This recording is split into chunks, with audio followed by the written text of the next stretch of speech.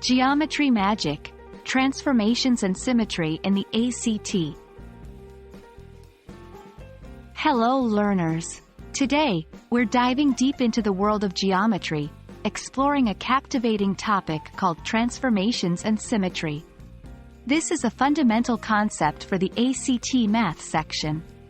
By the end of this video, you'll be a pro in understanding and solving problems related to this topic.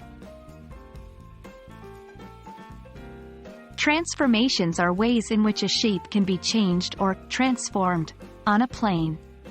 In the realm of geometry, there are primarily four types. 1. Translation. Think of it as sliding a shape. Every point of the shape moves the same distance and in the same direction. 2. Rotation. Turning a shape around a fixed point, called the center of rotation. 3. Reflection.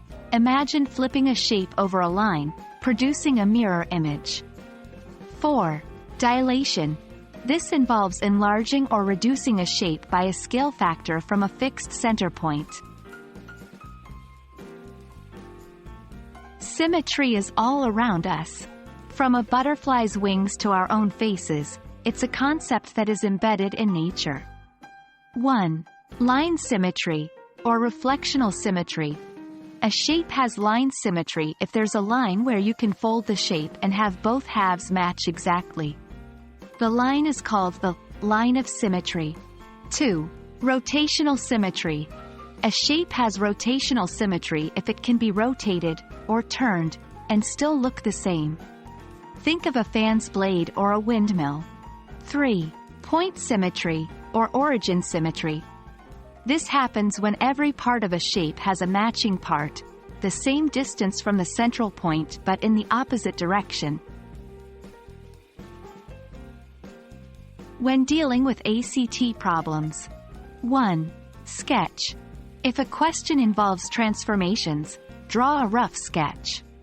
It often makes it easier to visualize and solve.